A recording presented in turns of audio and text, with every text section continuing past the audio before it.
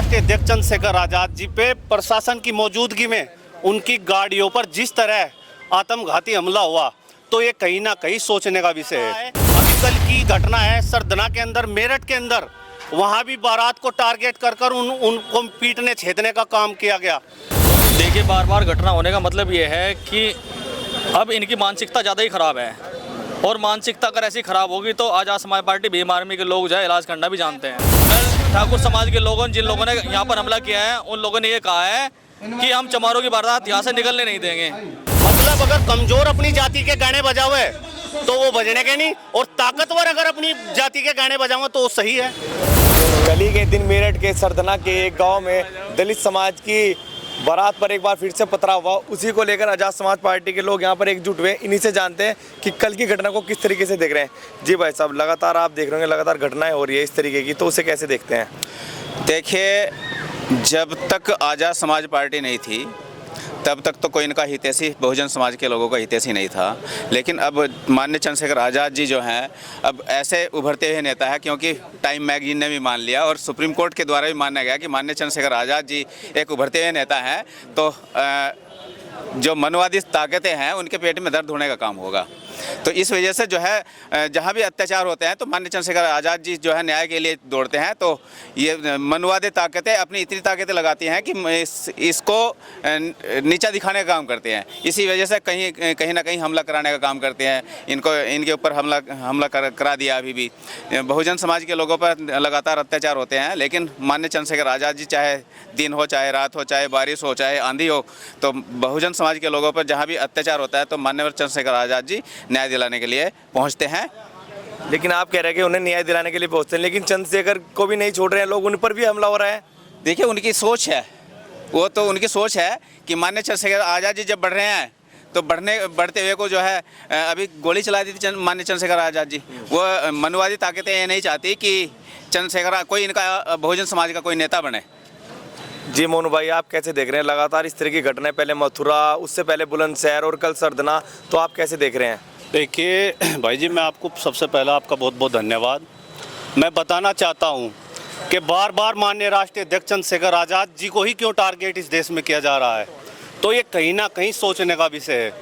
और जिस मथुरा प्रशासन का इसमें बहुत बड़ा फेलियर रहा, क्योंकि मथुरा प्रशासन की मौजूदगी में एक नगीना सांसद, क्योंकि सांसद का एक अपना प्रोटोकॉल होता है, और माननीय राष्ट्रीय अध्यक्ष चंद्रशेखर आज़ाद जी पे प्रशासन की मौजूदगी में उनकी गाड़ियों पर जिस तरह आत्मघाती हमला हुआ तो ये कहीं ना कहीं सोचने का विषय है।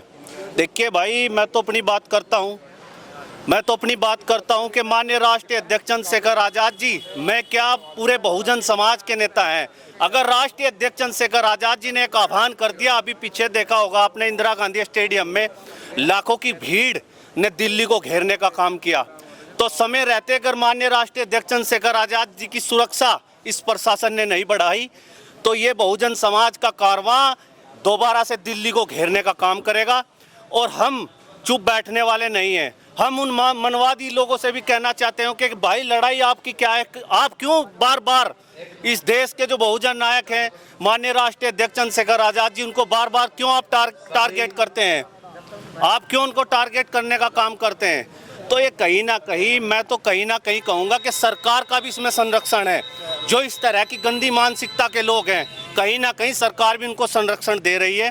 क्योंकि बार बार अभी हाल ही में हरियाणा के चुनाव के अंदर भी उनको टारगेट किया गया। देवबंद के अंदर उन पर गोली चली और उनके मारने की साजिश की गई। और ये इतना होने के बाद भी सरकार क्यों उनको सुरक्षा नहीं दे पा रही, और क्यों सुरक्षा के घेरे में भी, पुलिस के घेरे में भी उनको टारगेट किया जा रहा है, ये सोचने का विषय है। मथुरा का मामला खत्म नहीं होता, लेकिन कल के मामले को कैसे देख रहे हैं? वहाँ पे ठाकुर समाज के लोगों ने इस तरीके से किया है। भाई देखो, बात ठाकुर समाज की नहीं है। मैं तो उन सभी जो गंदी मानसिकता के लोग हैं, वो चाहे किसी भी धर्म, किसी भी जाति में हो, जो बहन बेटियों के साथ, क्या भाई मेरी बहन है, दूसरों की बहन नहीं है क्या? अगर किसी की बहन की बारात आई तो मैं तो खासकर भाई अपने समाज से कहना चाहता हूं कि अगर किसी बहन बेटी की बारात या किसी इस तरह का कोई फंक्शन हो तो उसमें मदद करने का काम करें। और हो क्या रहा है, अभी कल की घटना है सरदना के अंदर, मेरठ के अंदर, वहाँ भी बारात को टारगेट कर कर उनको पीटने छेदने का काम किया गया। तो इस देश में जो लोग कह रहे हैं, जो सरकार कह रही है कि इस देश में जातिवाद खत्म हो चुका है, जातिवाद तो इस देश में बढ़ा है। और आए दिन की घटना, पहले सोशल मीडिया नहीं था क्योंकि ऐसी घटनाएं पहले ज़्यादा घटती थी, तब से अब सोशल मीडिया पर ये चीज़ें उजागर होने लगी। पहले ये चीज़ें उजागर नहीं होती थी, लेकिन इस देश में जातिवाद, लगातार जातिवाद के नाम पर लोगों को टारगेट किया जा रहा है। जी भाई साहब, आप कैसे देख रहे हैं इस तरह की घटना? मथुरा पे भी हमने बात की थी, लेकिन उसके बाद कल फिर से इस तरह की घटना सामने आई। देखिए, बार बार घटना होने का मतलब ये है कि अब इनकी मानसिकता ज़्यादा ही ख़राब है, और मानसिकता अगर ऐसी ख़राब होगी तो आज़ाद समाज पार्टी भीम आर्मी के लोग जो है इलाज करना भी जानते हैं। हम इन लोगों से कह देना चाहते हैं कि या तो सुधर जाओ, वरना आज़ाद समाज पार्टी भीम आर्मी का झंडा और डंडा दोनों मजबूत है, सुधारना भी जानते हैं। और अक्सर भाई, आज जो है आज़ाद समाज पार्टी भीम आर्मी के लोग जो हैं यहाँ पर इकट्ठा हुए, धरना प्रदर्शन पर इकट्ठे हुए, और आज हम लोग जो है शांतिपूर्ण तरीके से जो है महामहिम राष्ट्रपति जी के नाम जो है डीएम कार्यालय पे जो है यहाँ पर एक ज्ञापन देंगे। और हम ये मांग करेंगे, हमारी ये मांग है कि आज़ाद समाज पार्टी भीम आर्मी के जो राष्ट्रीय अध्यक्ष हमारे नगीना लोकसभा सांसद हैं, उन पर जो लगातार यहाँ पर हमले हो रहे हैं, उन हमलों को जो है यहाँ पर सीरियस लिया जाए, और उनको जो है Y+ की श्रेणी की जगह पर जो है Z+ सुरक्षा श्रेणी यहाँ पर दी जाए। और हम उन लोगों से कह जाते हैं, सरकार की मनोवादी विचारधारा से कह जाना चाहते हैं कि सुधर जाओ, वरना सुधारने वाले लोग हम हैं। लेकिन उसके बाद कुछ ऐसी बातें सामने है कि भाई एक जाति का गाना बजा रखा था, गाने को लेकर कल विवाद हुआ, कुछ ऐसा है? देखिए, जब बारात आती है तो बारात में जो है गाने बजते ही हैं, लेकिन इन लोगों की सोच ये है, ये लोग ये कह रहे हैं, कल ठाकुर समाज के लोगों, जिन लोगों ने यहाँ पर हमला किया है, उन लोगों ने ये कहा है कि हम चमारों की बारात यहाँ से निकलने नहीं देंगे। और उन्होंने जो है बहुत अत्यधिक फावड़ों से या डंडों से जो है उन पर वार किया है, और बहुत ज़्यादा चोट लगी है। और पुलिस प्रशासन भी जो है इसमें जो है संज्ञान नहीं लेता है, सीरियसली नहीं लेता है। और अगर पुलिस प्रशासन भी ऐसे ही करता रहा, दोगली बात करता रहा, तो मुझे लगता है कि वो दिन ज़्यादा दूर नहीं है जब यहाँ आज़ाद समाज पार्टी भीम आर्मी के लोग जो है इस पूरे भारत को जो है लाल करने का काम करेंगे। जी मोनू भाई, एक सवाल आपसे, लेकिन एक वीडियो हमने ऐसी देखी कि ठाकुर समाज के लोग ये कह रहे हैं कि हमें जानबूझकर बदनाम किया जाता है, पथराव कोई और करता है, नाम ठाकुर समाज का आता है। भाई देखो, पहले सोशल मीडिया नहीं थी, अगर हम किसी पर रोप प्रतिरोप लगाते तो हम मान लेते कि भाई ये घटना गलत है। अब तो सोशल मीडिया है, सोशल मीडिया जो घटना पर बिल्कुल मौके स्थल पर सोशल मीडिया दिखा रहा है, और जो मीडिया दिखा रहा है वो घटना झूठी तो नहीं हो सकती। और क्यों मनवादी जो स्वर्ण समाज के लोग हैं, ज़्यादातर उन्हीं के द्वारा दबंगई की जा, और ज़्यादातर SC समाज, SC ST का ही मैं मानता हूँ ज़्यादा इस देश में शोषण हो रहा है। तो देखो, ये घटना तो भाई आए दिन घट रही, और किसी को कोई बिना मतलब तो टारगेट करता नहीं, ना किसी पर बिना मतलब कोई आरोप लगाता। आप बिना मतलब मेरे पर थोड़ा ही आरोप लगा देंगे कि मन आपको पीटता है, छेदता है। अगर कोई घटना घटेगी तभी तो आरोप लगेगा। लेकिन ठाकुर समाज के लोग कह रहे हैं जानबूझकर हमारे दरवाजे पर आके इस तरीके के गाने बजाए, हमें उकसाया गया। कैसे गाने बजाए गए भाई? मतलब अपनी जाति के इस देश में गाने कौन नहीं बजा रहा भाई? हर जाति के अपने, मान लिया कोई हमारा अगर फंक्शन है, कोई तीज त्योहार है, तो अगर हम जिस जाति में हमने जन्म लिया तो कोई गुनाह कर दिया क्या भाई? जाति में जन्म लिया तो अपनी जाति के तो गाने डीजे पर हर लोग बजा रहे, कौन नहीं बजा रहा अपनी जाति के गाने?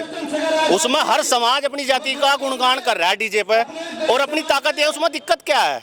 मतलब अगर कमजोर अपनी जाति के गाने बजावे तो वो बजने के नहीं, और ताकतवर अगर अपनी जाति के गाने बजावे तो वो सही है। तो ये दोगली जो मानसिकता के लोग हैं ना, यही तो गलत है ना। अगर आप करो तो सही और दूसरे करें तो गलत।